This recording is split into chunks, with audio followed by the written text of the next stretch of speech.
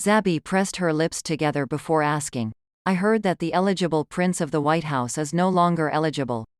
Is that true? That is not for me to share, I returned, running my fingers through my hair, especially with the Queen of the White House, trying to keep it out of the press.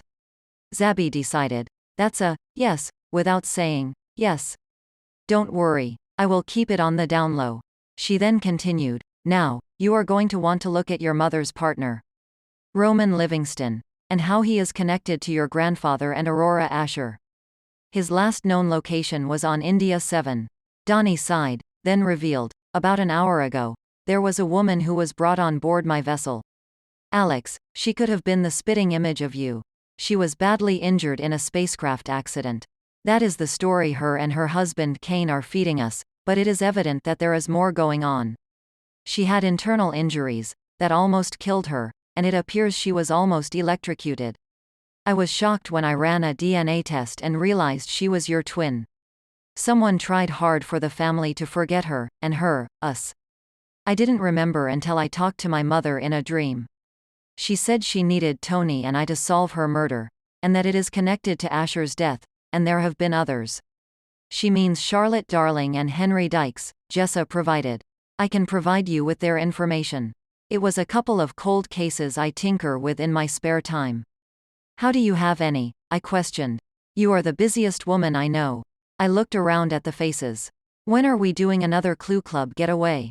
I am going to be on India 7 in a few weeks, Jessa remarked. If any of you can get away, we can meet on LVN then. It would be fun if all of us were done with our cases, and we work one together. That does sound fun. Let's shoot having our cases done by then and meeting on the LVN, Zabby agreed. Jessa will provide us with the time frame. We talked for a few minutes before we scheduled our next meeting.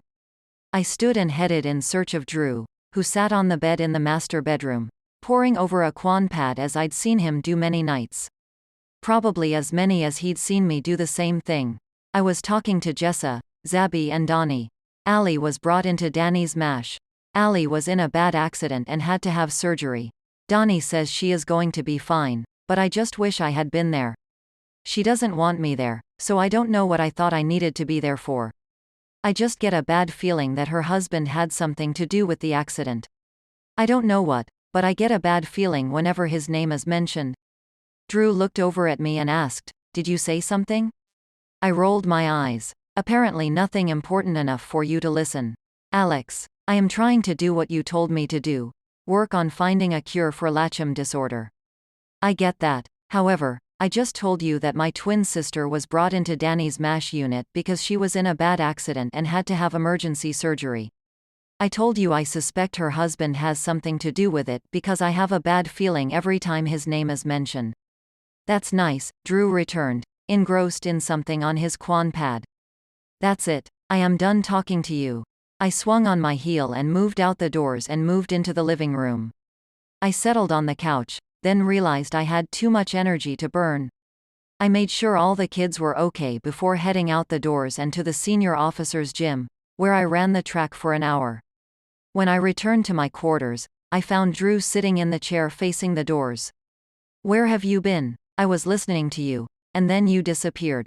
You were not listening. I told you Dani's team did emergency surgery on my twin because she was in a bad accident, and you said, "That's nice."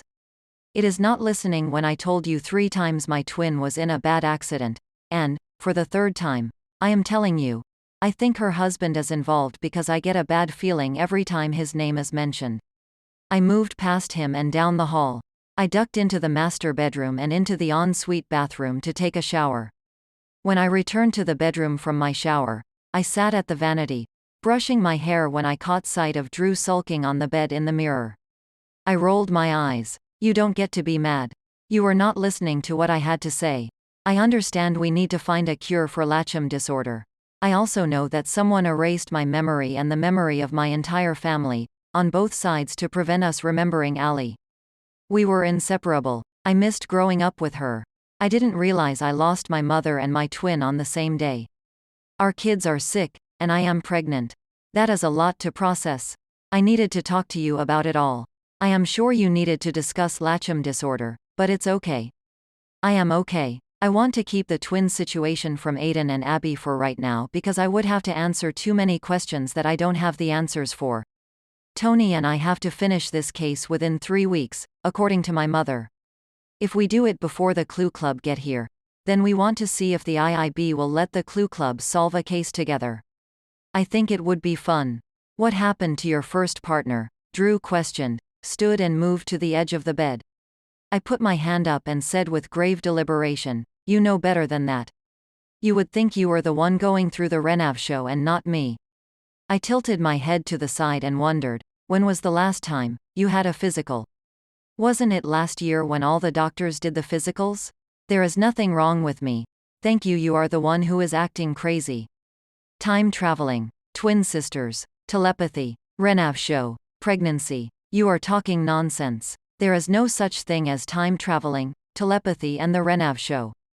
You are not pregnant, and you do not have a twin. Oh, now I know there is something wrong with you. Did you hit your head? Did you have your memory erased? Are you running a fever? You look like Drew, but you know better than all of that. I felt his head. You are burning up. I hit my comm to signal a medical emergency. He knocked my hand off his head. I am fine. You are the one who is talking crazy. I am not. I am not speaking crazy. All of what I am saying is true. A few minutes later, when the medical personnel arrived, I directed, "Dr. Morgan is burning up, and he doesn't remember conversations we have had recently." As a dark-haired man snapped a dyane monitor on Drew, Drew screamed, "It is her. She is talking crazy about telepathy, twins and time traveling." The dark-haired doctor who I knew to be Lawrence Daly studied the readings. "Drew, your temperature is 104. We need to get you to the hospital right away," the doctor told Drew. "I am not going anywhere. I am not sick. There is nothing wrong with me, especially because she said so. She is talking crazy. It is not because of her," Dr. Daly advised him, tapping the dyane monitor. "It is because your readings are off, and there seems to be," I told Dr. Daly. "I am obviously upsetting him, so I am leaving, and you do what you have to do to make him better." I walked out of the master bedroom and headed back to the guest bedroom to paint. An hour later, Dr. Daly summoned me up to the hospital. I met Dr. Daly in room 549. Drew, asleep on the bed. When Dr. Daly spotted me, he reported, "Okay, so I found a memory-erasing drug, oblivitiretinentia, in his system that I know the Crimson Fleet was experimenting with a few years ago. He is allergic to it, which caused the fever. I have it under control right now." I pumped his stomach. I frowned and then sighed. "If you check my sister, grandparents and me, I suspected you are going to find that same drug in our systems as well. Or one similar." Dr. Daly grabbed a mobile dyane monitor and put it on my arm. After fiddling with the selections, he assessed, "It appears that you have been drugged for decades. We need to figure out how you are being drugged and stopped it." He looked up at me and asked, "Did you know you were expecting?" "Yes, I learned recently, but I need you to keep it a secret until the 4th month. Indigoid tradition. Even the family doesn't know. I hope you don't find this weird, but what is it like being an Indigoid? Being the first alien race that Earthoids have encountered? What is it like being empathic?" When people heard I was Indigoid, I was met with one of two reactions. Either they had non-stop questions or they acted awkward around me. I think I preferred the one who sought to understand. I have never been anything but Indigoid, so I am not sure I can help you understand the difference. However, I have lived among Earthoids for many years. Earthoids have always been accommodating of the fact that I am of another humanoid species. Being empathic is a bit unnerving at times. It does not affect most Indigoids, but I am an uber empath. My empathic abilities are off the charts, so when something bad happens to my family or crew, I can feel my emotions and those of the parties involved. It can be a minefield to navigate sometimes. I took a deep breath and directed, "My grandparents are on board. I would like you to see if they have this memory-erasing drug in their system. I heard your grandparents are Lord and Lady Camry, and they hold 2 seats on the supervisors. How does that work? Is it an elected position?" "They are, and the Camrys are from one of the founding families, so the 2 seats we possess are from my grandfather's and my grandmother's lines, and will pass from generation to generation." Does that mean that one day you will sit on the supervisors? I shook my head. I have no interest in doing that, but my brother does, and so does one of my daughters. Wow, your life is so more fascinating than mine. We can find fascination in anything we are involved with. I find it fascinating that you are a doctor and save people's lives every day with your knowledge and skill. I find it fascinating the amount of training and learning you have been through. I am your husband, and you are not fascinated with my ability to save lives with my knowledge and skills, Drew said as he pulled himself into an upright position. Why aren't you sitting down? You are expecting. I rolled my eyes. I am fascinated, but with you, I have to keep your ego in check. If I compliment you too much, you get that savior complex you got in your residency. You were impossible to live with. I studied him, and you know how I feel about you doing that overprotective bit when I am pregnant. Women have been having babies since the beginning of time. Wait, do you remember I am pregnant? Of course, I do, Drew returned, looking at me as if I'd lost my mind. I think I am more thrilled about having Sophie than you are. You have seemed a little, I don't know, standoffish about her. I don't know if that is part of the renovatio. I turned to Daly and decided, I think whatever you did worked, because when he had that high temperature, he said I was not pregnant and that there was no such thing as the renovatio period. Daly inquired, looking from me to Drew and back again, isn't that the 6-month healing period for indigoids that happens every 7 years that occurs because of the atmospheric conditions on India 7? I nodded and commended, very good. Have you been studying about indigoids? Yes, Daly explained, raking his eyes over me.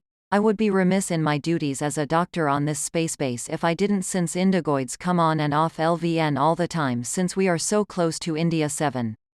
He decided, I am going to go on rounds. I feel like you two would like to be alone. Once Daly cleared the doors, I turned to Drew and posed. How do you feel about me saying I am a time traveler? That my dead mother comes to me in my dreams? That I have a twin I didn't remember and have a telepathic link to my father, my twin, and my grandfather? Those are all things that are true, being married to you. You had a high fever for an EARTHOID 104, and told me that all of that was nonsense. You had a memory-erasing drug in your system, the same one I have in mine. I have been exposed to the drug for decades. We need to find the source, or I will forget my twin again, and never solve my mother and Aurora Asher's murders. You find out you forgot you had a twin, found out your mother was murdered and twin disappeared the same day, discover our twins have Latcham disorder, Drew ventured, scrutinizing me, and that you and your husband have a memory-erasing drug in your system and are pregnant. That's a lot to process. Would you like to talk about it? I felt my lips inch at the side. I am sure this is a lot for you to process as well.